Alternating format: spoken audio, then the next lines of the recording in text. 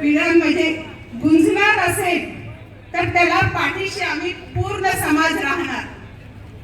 आणि ताई म्हटल्या होत्या, मी फार बारकाईने ऐकत होते, खूप उत्कृष्ट असं त्यांचं स्पीच आहे. मी नेहमी ऑनलाईन तर त्यांचं ऐकत होते, पण लाईव्ह मी त्यांचं ऐकण्याचा हा माझी पहिली वेळ आहे कोटे साहेब. आणि एकदम छान बोलल्या.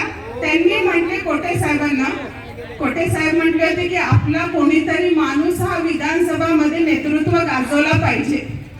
तेव्हा ताईंचा म्हणण्याचा उद्देश होता, खरा होता की त्या पद्मशाली समाजाचा नसला तरी आम्ही आवाज हा प्रत्येक समाजासाठी उठवत असतो. पण कुठेतरी मी थोडं त्याला करेक्शन करू इच्छिते. मी एवढी मोठी नाहीये त्यांच्या संभाषणाला करेक्शन करण्यासाठी, पण आपला माणूस समजा विधानसभामध्ये असला तर तो खूप मोठ्या प्रमाणे आवाज उठवू शकतो. त्यांना सर्व समाजाची जिम्मेदारी राहते. सर्व समाजाला घेऊन चालणारे हे लीडर असतात. त्यांनी सर्व समाजाला न्याय देणारे लोक आहेत. पण आपला समाज आज 3 ते 4 ला काय होतं कोटे सर, 4:30 ला 4 ते 5 समजा आता. पण 2 आमदार यावं असं आडम सरांचा आत्ताच मी पेपरमध्ये एक लेख वाचला आणि त्याच्यात काही दुविधा नाहीये. 2 आमदार यायलाच पाहिजे. पण आता कोटे साहेबांनी म्हटल्यासारखं ग्रुपिझम का करता हो? आम्ही दुसऱ्या पक्षाचे राहून सुद्धा आज या प्लॅटफॉर्मवर जोरजोरात ओरडून आव्हानात्मक कळकळीने विनंती करतो आहे की कोणत्याही पक्षाचा राहू दे, आपला आमदार आलाच पाहिजे. मग आपल्यामध्ये दुभागणी कशासाठी? 2 ग्रुप पडलेच नाही पाहिजे.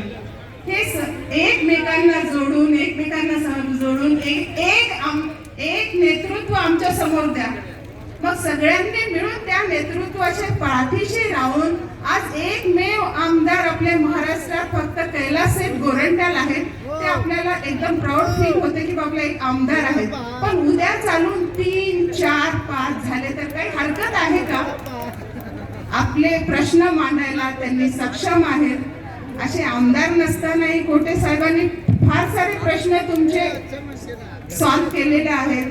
एक महामंडळ निर्मितीसाठी त्यांचा प्रयत्न चालू आहे. ते काही सगळ्या समाजासाठी आहेत. आपल्या बीडी वर्गासाठी आहेत, आपल्या महिला आहेत, जे आपला समाज आहे. एक म्हणजे एक उच्च लेवलवर गेलेला नाही, कुठं मध्यम स्थितीत आहे, कुठं लोअर क्लास आहे. त्यांना एक वर्गाला पोहोचण्यासाठी आपला आमदार राहणं गरजेचं आहे. त्यांना एक पुढे जाऊन त्यांना सगळं हे द्यायला पाहिजे की प्रावधान दिलं पाहिजे आपल्या समाजासाठी. त्याच्यासाठी मी कळकळून सर्वांना विनंती करते, यावेळेसची विनंती माझी मान्य करावं दादा लोकांनो आणि बहिणी लोकांनो, भगिनींनो. कसंही करून ह्यावेळेस एक मताने आपल्या व्यक्तीला मत देण्याचं एक वोट तुमचं पद्मशाली समाजाला घडवू शकतं, ते तुम्ही देऊ शकता. इथे प्रत्येक पार्टीचे लोक आहेत, वेगवेगळ्या मताचे लोक आहेत. पण ह्या पंडालमध्ये जेव्हा तुम्ही प्रवेश करता, पद्मशाली भव्य अधिवेशन म्हणून जेव्हा पंडालमध्ये प्रवेश करता, तेव्हा आपल्या पार्टीचे तत्व थोडे बाहेर ठेवून यावे आणि फक्त आपला माणूस म्हणून, आपल्या माणसाचा आवाज आपण केव्हाही रात्री वगैरे त्यांना आपण आपले प्रश्न सोडवून घेऊ शकतो. हक्काचा माणूस म्हणा, ते कोठे असतील, आडम मास्तर असतील, अजून कोणी असतील, पण पद्मशाली समाजाचा माणूस असला की त्याच्या पाठीशी राहणं गरजेचं आहे. आणि महेशांना कोटे, मागच्या वेळेस आम्ही प्रचारासाठी येऊ नाही शकलो, पण ह्या वेळेस आम्ही तळ ठोकून, तंबू ठोकून 8 दिवस राहणार आहे इथे प्रचारासाठी. आणि आम्ही हे जरूर तुम्हाला हे देतो, आम्ही शब्द देतो. आणि सर्व समाजाला एकच विनंती आहे, बाकी मला काही सांगायचं नाहीये. बाकी अधिवेशनात जे ठराव निघतील ते पास होतील. सर्व वरिष्ठ मंडळासोबत, समर्थकासोबत आपले ठराव पास होतील. ते सगळं आपले ठराव असतील, ते सगळं आपले बीडी कामगार, मजदूर वगैरे सर्वांसाठी असतील.